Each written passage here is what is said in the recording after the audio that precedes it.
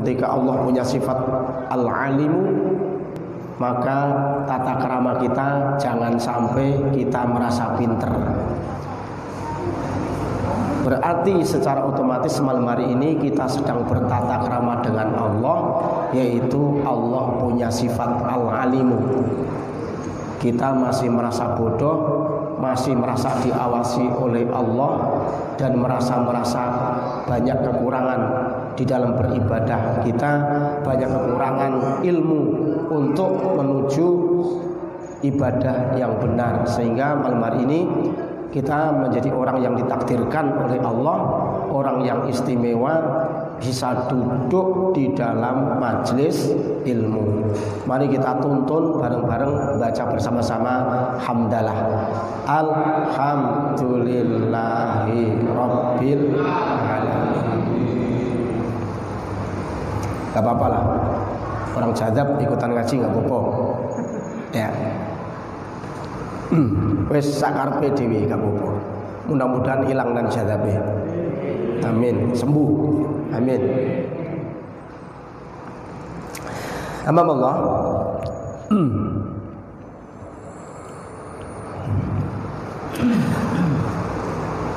Jadi ketika Allah perintahkan kepada kita untuk meminta, sebetulnya Allah tidak membatasi permintaan itu. Allah tidak membatasi untuk minta. Yang penting mintanya itu yang bagus. Sementing apa yang diminta tadi tidak bertentangan dengan aturan-aturan yang Allah berikan. Misalkan minta kok dagangannya tetangganya biar bangkrut, itu nggak boleh. Nggak boleh. Sampai orang Jawa ngambil tanah kuburan, ya aneh-aneh aja lah. Kok di depan saya ada tanah kuburan sama kembang melati gitu. Orang Jawa aneh-aneh. Nah itu yang nggak boleh. Meminta sesuatu yang berlarangan dengan syariat nggak boleh. Mau minta apa aja boleh. Yang jelek-jelek nih minta supaya ganteng boleh. Atau ibu-ibu yang sudah tua 60 berdoa, mudah-mudahan mukanya masih muka 17 tahun, nggak apa-apa. Tapi yo opo iso gitu ya, apa bisa ya? Ya tapi bisa kalau wali itu bisa, kalau wali. Pernah saya ceritakan kan. Jadi sahabat Pak Bal'an bin Ba'ura ya, yang mendoakan Nabi Musa sampai keder itu mendoakan istrinya supaya paling cantik di daerah Bani Israel, sehingga istrinya yang paling jelek tadi itu berubah menjadi orang yang paling cantik sendiri, sehingga paling cantik malah jadi kan nggak bisa tidur, repot. Keluar dikira takutnya disenengin orang gitu. Jadi bersyukurlah karena istrinya jelek-jelek itu. Jadi gak khawatir direbut orang gitu kan. Harus bersyukur. Karena terlalu cantik juga nanti malah repot. Bapak kurus kering kan? Mintanya aneh-aneh gitu kan. Mintanya bedaknya yang mahal dan lain-lain. Jadi kalau yang biasa-biasa saja. Tapi kalau udah terlanjur disyukuri. Yang jelek atau yang cantik disyukuri. Alhamdulillah. Karena ucapan alhamdulillah itu lebih bagus daripada istrinya yang cantik atau yang istrinya bareng-bareng semua itu kalah dengan alhamdulillah. Ya. Wes pokoknya ditrompo. Tapi besok di akhirat gak usah ditanya. Istrinya pasti paling cantik di antara yang lain. Jadi orang kalau di surga itu istrinya dilihatin paling cantik daripada istrinya temennya. Kalau di sini kan enggak. Orang yang sering banyak selingkuh itu kan mandang istrinya itu lebih jelek daripada istrinya orang, daripada orang lain, sehingga istrinya ditinggalin selingkuh dan lain-lain. Mudah-mudahan yang tukang selingkuh mudah-mudahan cepat sadar. Kalau nggak sadar mudah-mudahan impoten.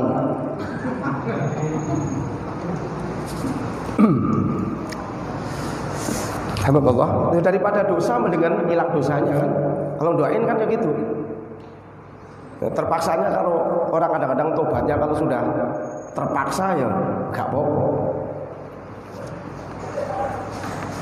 Bismillahirrahmanirrahim ya. Nah, karena Allah memberikan satu perintah agar kita meminta kepada Allah dan bebas yang diminta, baik urusan akhirat maupun urusan dunia, mintalah terserah. Tuh. Jadi terserah minta. Tapi jangan minta anaknya 20, ntar potensi nikah lagi itu kayak istrinya udah tua, minta anaknya udah 20.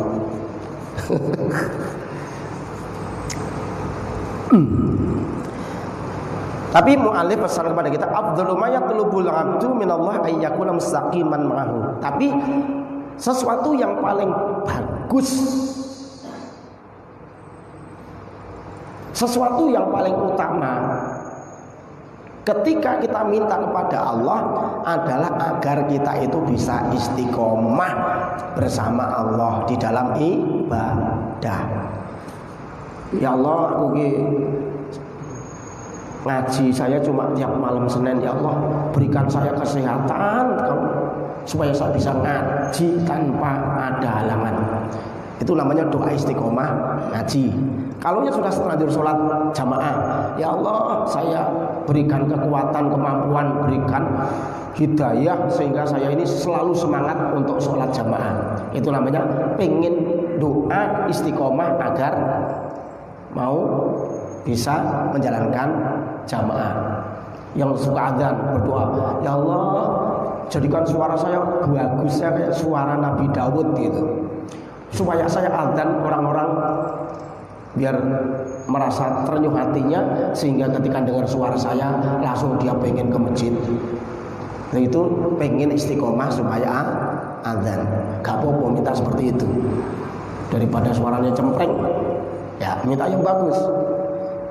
Tak kasih sholawat Dawud namanya nanti. Tapi itu biasanya kalau untuk lomba-lomba dulu. Saya udah punya ijazah sholawat Dawud.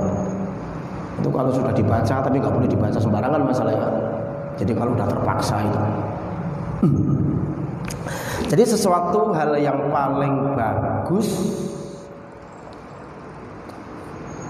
ketika kita minta kepada Allah, mintalah istiqomah agar kita istiqomah di dalam beribadah.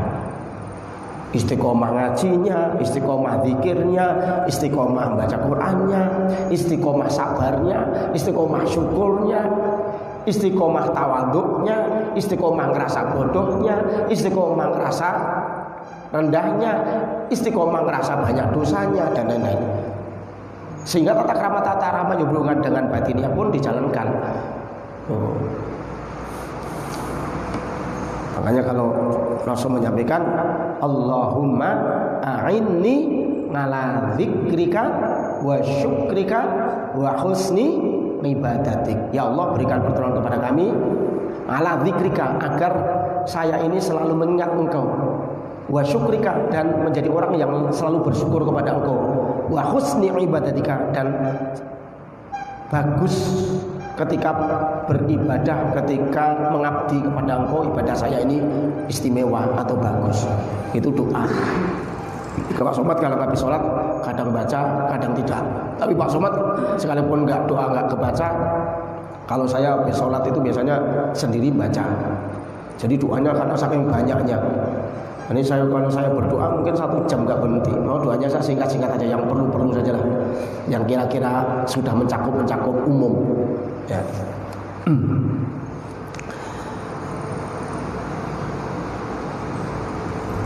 Fatlu minallahi ta'ala istiqomata wa antakuna ma'allah fi kulli halin.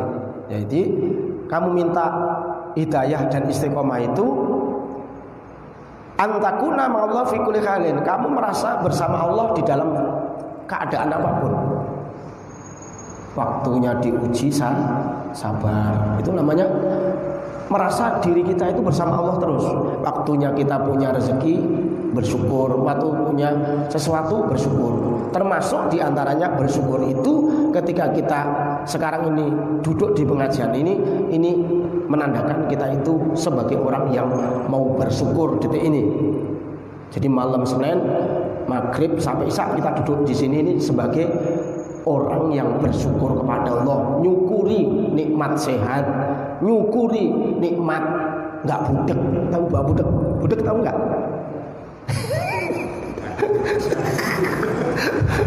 Nyukuri nikmat nggak budek, nyukuri nikmat kaki bisa jalan, nyukuri nikmat bisa ngomong, nyukuri nikmat mata bisa ngelihat orang yang baca kitab, nyukuri nikmat tangan, ntar lagi nyukuri nikmat mulut kalau ada makanan. Kalau itu udah biasa itu bersyukur alhamdulillah gitu. Tapi oleh makan jangan tangan kiri. Saya sering masih melihat teman-teman itu kadang makan saking enaknya malah tangan kiri. Oh, enaknya memang tangan kiri kali ya. Karena dikencingi setan kan makan. Oh, enak tenan itu. Tangan kiri makan paling enak memang. Jadi makan tangan kiri paling enak. Karena ingus setan mesti dimasukin. Setannya ingusin itu. Jadi rasanya kok sedep ya. Oh iya, tangan kiri. Jangan tangan kiri lah, itu dihindari benar itu Pak, diinget-inget.